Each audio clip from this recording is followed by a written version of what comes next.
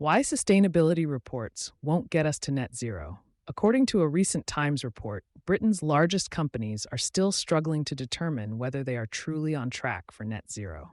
What this tells us, measuring sustainability progress is not the same as making it.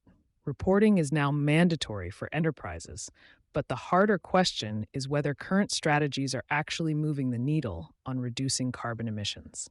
Reports are multiplying. Pledges are public, but real-world decarbonization results are stalling. This is the measurement trap, when the push to prove progress overtakes the work of shrinking carbon footprints. Teams spend too much time grinding through reporting cycles, supplier surveys, and compliance tasks. Furthermore, new reporting standards are on the rise and demonstrate accountability. However, without smarter tools, they only add to the noise. While the credibility gap is widening between corporate promises and actual reductions, enterprises can rebuild trust by shifting from measurement for its own sake to action rooted in emissions intelligence. Scope 3 surveys, chasing numbers, missing impact Scope 3 emissions account for 70 to 90% of an enterprise's total footprint, but remain the most challenging to address. Instead of investing time in supplier engagement, procurement teams and sustainability leaders find themselves struggling to reconcile mismatched data across sprawling supply chains.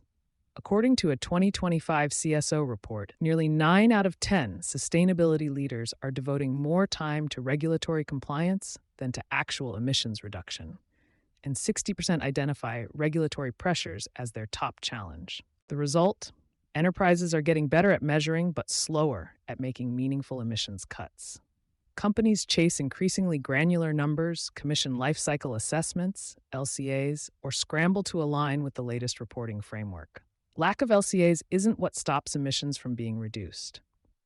The barrier is funding, leadership alignment, or supplier motivation. The only thing that reduces carbon emissions is actually choosing lower emission products and services. That starts with clearing the data chaos. So sustainability teams have verified data they can trust to guide action. Data chaos and its costs. Manually gathering Scope 3 data from supply chains that span hundreds of thousands of suppliers is like hunting for puzzle pieces across thousands of tables. Out of the sustainability reports we've seen, there are over 264,000 different ways to describe 32 greenhouse gas scopes and categories, and more than 13,500 ways to quantify carbon emissions. The result is inconsistency. Suppliers may describe the same activity in completely different ways, and when teams compile the numbers, they often find it outdated or too disjointed to act on.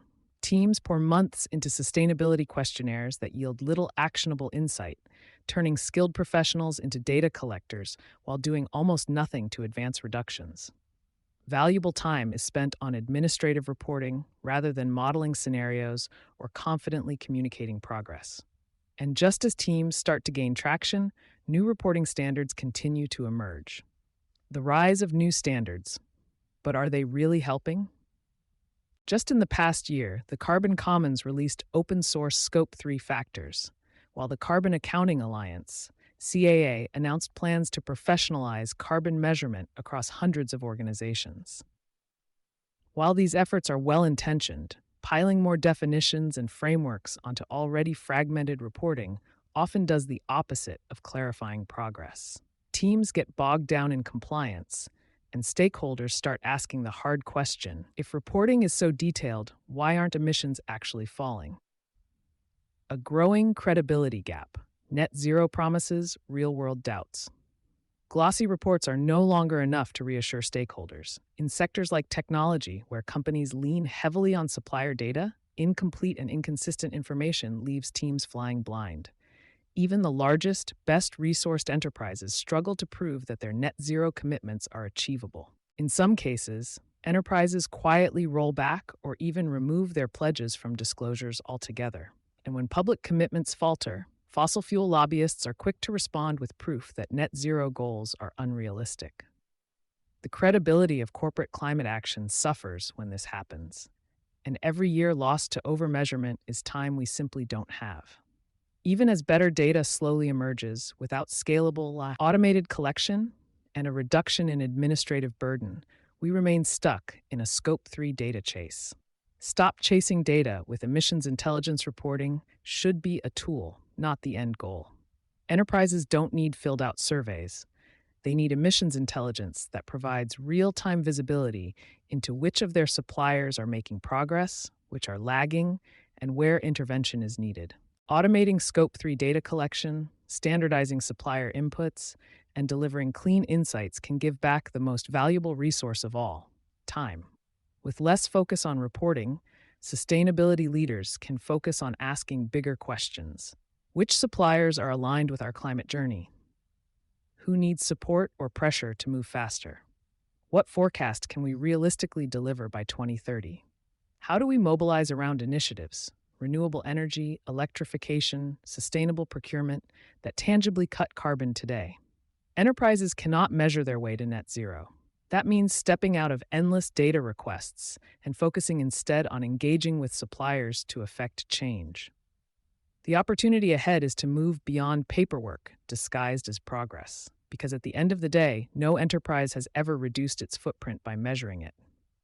A veteran of the SaaS industry, Marc Munier has scaled to exit businesses in the marketing automation, social, and IoT spaces, from Brandwatch to Cision. At DitchCarbon, Marc is leading the work to make Scope 3 emission calculations simple and Scope 3 reduction possible.